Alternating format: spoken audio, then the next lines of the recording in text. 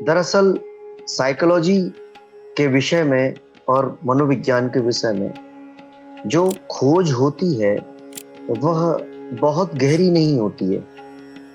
वह बहुत उथले दर्जे की होती है, काफी ऊपर की। हालांकि वह बहुत महत्वपूर्ण है, लेकिन ज्यादातर आप देखेंगे कि जो भी मनोवैज्ञानिक खोजें होती हैं या जो भी रिसर्च हो रही होती है वो किसी मनोरोगी पर हो रही होती है, किसी बुद्ध या महावीर पर नहीं। तो जो बहुत आनंदित है वह इतना आनंदित क्यों है, इसके जानने के लिए हमने कोई मनोवैज्ञानिक खोजे नहीं। क्योंकि हमें जो आदमी अवेलेबल होता है वह फ्रस्ट्रेटेड है, वह सिजोफ्रेनिक है, वह ओसीडी का शिकार है, ऑब्सेसिव कंपल्सिव डिसऑर्डर। तो हमें वैसा ही आदमी मिलता है और हम साइकोलॉजी को उसी ढंग से समझना शुरू करते हैं और उसी तरह से हमारा मनोविज्ञान का सब्जेक्ट डेवलप हो जाता है। फिर जो हमारी जो जीवन की आदतें हैं, उन आदतों में हमारी अपनी ही हार्मोन्स को जीने की बहुत अधिक आदत होती है।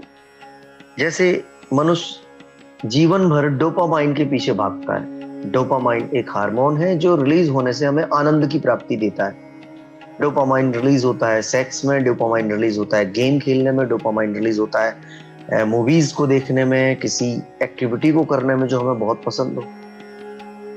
तो हम बार बार उसको करने के आदी हो जाते हैं। तो हम किसी हार्मोन्स के जब हम आदी हो जाते हैं, आपने देखा होगा कि बहुत सारे लोग अपने मुंह में कुछ ना कुछ छिदवा लेते हैं और टैटू बनवाने का प्रचलन है, गुदवा लेते हैं। तो जब हमें पेन होता है कहीं पर भी तो प्रोस्टाग्लैंडिन रिलीज होता है, साइक्लोऑक्सीजेनेज रिलीज होता है, हमें एंड्रोफिन रिलीज होता है। इन सभी में एक मदहोशी का भाव आता है। हमारी बॉडी एक गजब की लॉजिकल बॉडी है कि जब भी पेन होता है तो एक मदहोश कर देने वाला हार्मोन रिलीज हो जाता है कि आप उस पेन को सह सकें। और बहुत बार आपने एक्सीडेंट्स में भी देखा होगा कि बहुत बहुत ज्यादा चोट लग गई है, लेकिन फिर भी वो आदमी खुद को उठा करके लेकर के हॉस्पिटल तक आ गया, क्योंकि बहुत तेज चोट में शून्य हो जाता है शरीर। वो हिस्सा शून्य हो जाता है जहां पर पेन होना है। पेन तो फिर बाद में पता चलता है जब वो शून्य स्थिति हटती है। तो हमें जो इंटरनली बाहर के नशे की आदत तो हमें होती ही है, फिर हमें जो इंटरनल नशे मिलते हैं जो हमारे अपने ही हार्मोन्स के होते हैं, उनके भी हम आदी हो जाते हैं और बहुत बुरे आदी हो जाते हैं। इस प्रयोग को समझने के लिए वैज्ञानिकों ने कुछ प्रयोग चूहों पर किए। चूहों के ब्रेन में कुछ ऐसे इलेक्ट्रोड फिट किए कि जिनकी वजह से जो सेक्स की चरम में चूहे को अनुभव होता है, जो हार्मोन रिलीज होता है, वह रिलीज हो जाए और वह इलेक्ट्रोड एक्टिवेट हो। उसके लिए उन्होंने एक पिंजरे के अंदर बटन लगा दी, चूहे को दूसरी तरफ रखा, बीच में झटका, करंट का झटका रखा। तो एक तरफ बटन है, दूसरी तरफ बटन है, बीच में करंट का झटका है और एक तरफ चूहा बैठा है। तो अगर वो दूसरी तरफ की बटन जाके दबाता है तो उसके इलेक्ट्रोड ब्रेन के अंदर जो फिट किए गए हैं वो एक्टिवेटेड होते हैं और एक्टिवेट करके उसे फील कराते हैं सेक्स के चरम जैसा। अब वह दूसरे तरफ की जब जाके बटन दबाएगा तब उसे फिर से ऐसा फील होगा। तो देखा गया कि चूहे उस बीच के करंट को झेलने के लिए तैयार थे,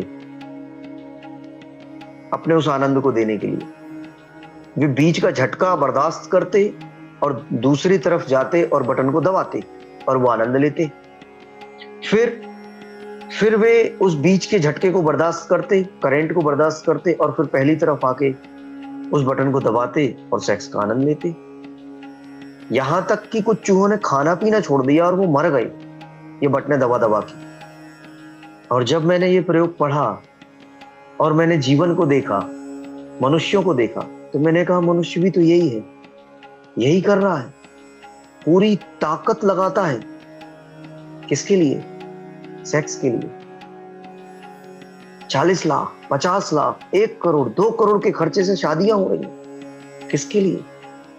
उस अहंकार को जीने के लिए कि मैं तुमसे बड़ा हूं, दिखावे को। और उसके माध्यम से वो पाएगा क्या? सेक्स।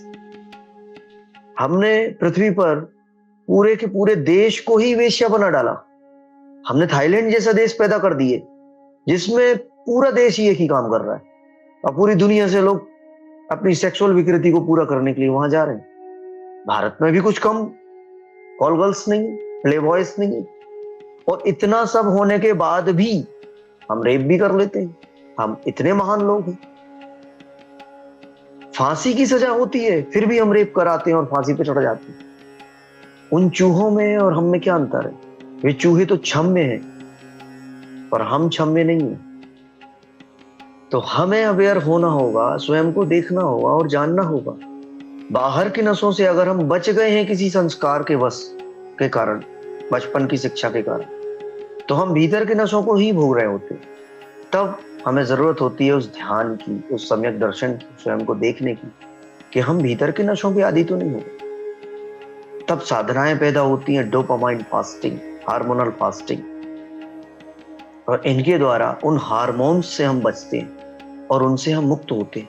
तब हमारे जीवन में कोई रियलिस्टिक, कोई रियल आनंद पैदा होता है, जो कि तमाम प्रकार के नशे से मुक्ति के कारण पैदा होता है। न सिर्फ नशे से, हर प्रकार के बंधनों से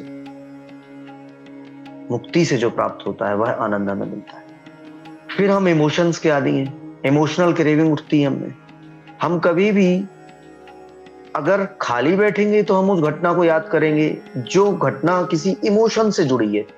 किसी ब्रेकअप को याद कर लेंगे, किसी लड़की से लड़ाई को याद कर लेंगे, किसी प्रेमिका से मिलने को याद कर लेंगे, माँ से मिलने को याद कर लेंगे, बच्चों से मिलने को याद कर लेंगे। हम कुछ ऐसा याद करेंगे जहां से हमारे इमोशंस जुड़े हुए हैं। कहीं शादी में अपमान हो गया था तो वहां याद करेंगे और उसको बार बार जिएंगे, बार बार बार बार बार बार। इमोशनल क्रेविंग हो रही है, ऑल टाइम इमोशनल क्रेविंग हो रही है। ये जो इमोशन को जीने की हमारी आदत है, ये हमारे दुखों और तनाव का एक बहुत बड़ा कारण है। किसी ने बेइज्जती कर दी, अब हम बार बार उसी को याद कर रहे हैं, जी रहे हैं, जी रहे हैं, जी रहे हैं। क्यों?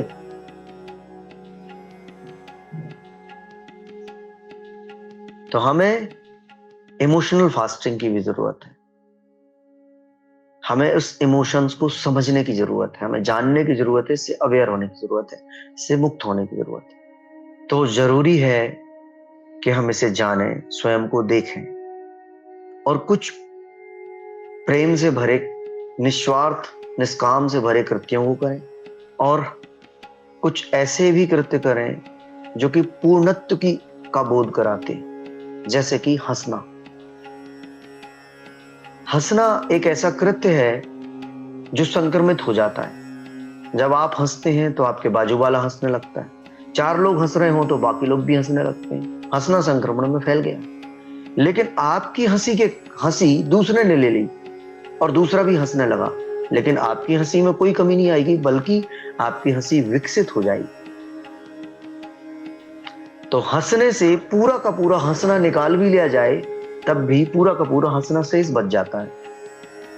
यह पूर्णत्व है। और जब हम हास्य बोध में होते हैं तब हम थॉटलेसनेस होती है, हमारी विचार शून्यता, भाव शून्यता, सारी शून्यता घटने लगती है। तो प्रत्येक व्यक्ति को अपने परिवार के साथ, अपने समाज के साथ, अपने मित्रों के साथ कुछ समय व्यतीत करना चाहिए, ऐसा जिसमें हम बिल्कुल भी तनाव की, टेंशन की, भविष्य की प्लानिंग नहीं करेंगे। हम खुल करके हंसें। हाँ, एक दूसरे का मजाक या मखौल नहीं उड़ाना है, तकलीफ नहीं पहुंचानी है किसी को, हिंसा नहीं करनी है किसी के साथ, बस स्वांता सुखाए हंसना है। और मैं समझता हूं कि अगर हम सारे जगत में इस हंसी को फैला दें और इतना भी अगर हम हंसने लगे तो सारे जगत से हिंसाओं का, नफरतों का, वैमनस्यता का, द्वेषों का, रागों का अंत होने लगेगा।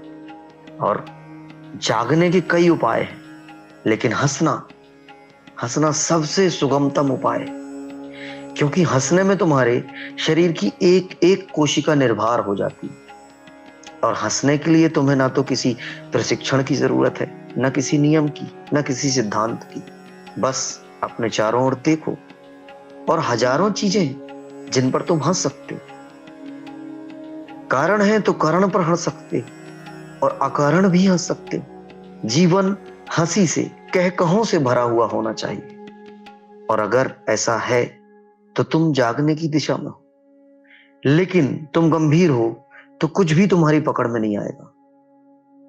तुम अपनी गंभीरता छोड़ सको, यही जीवन का असली सार है, असली राज है। और यही वह साधना पथ है जिसके द्वारा हम आनंद को उपलब्ध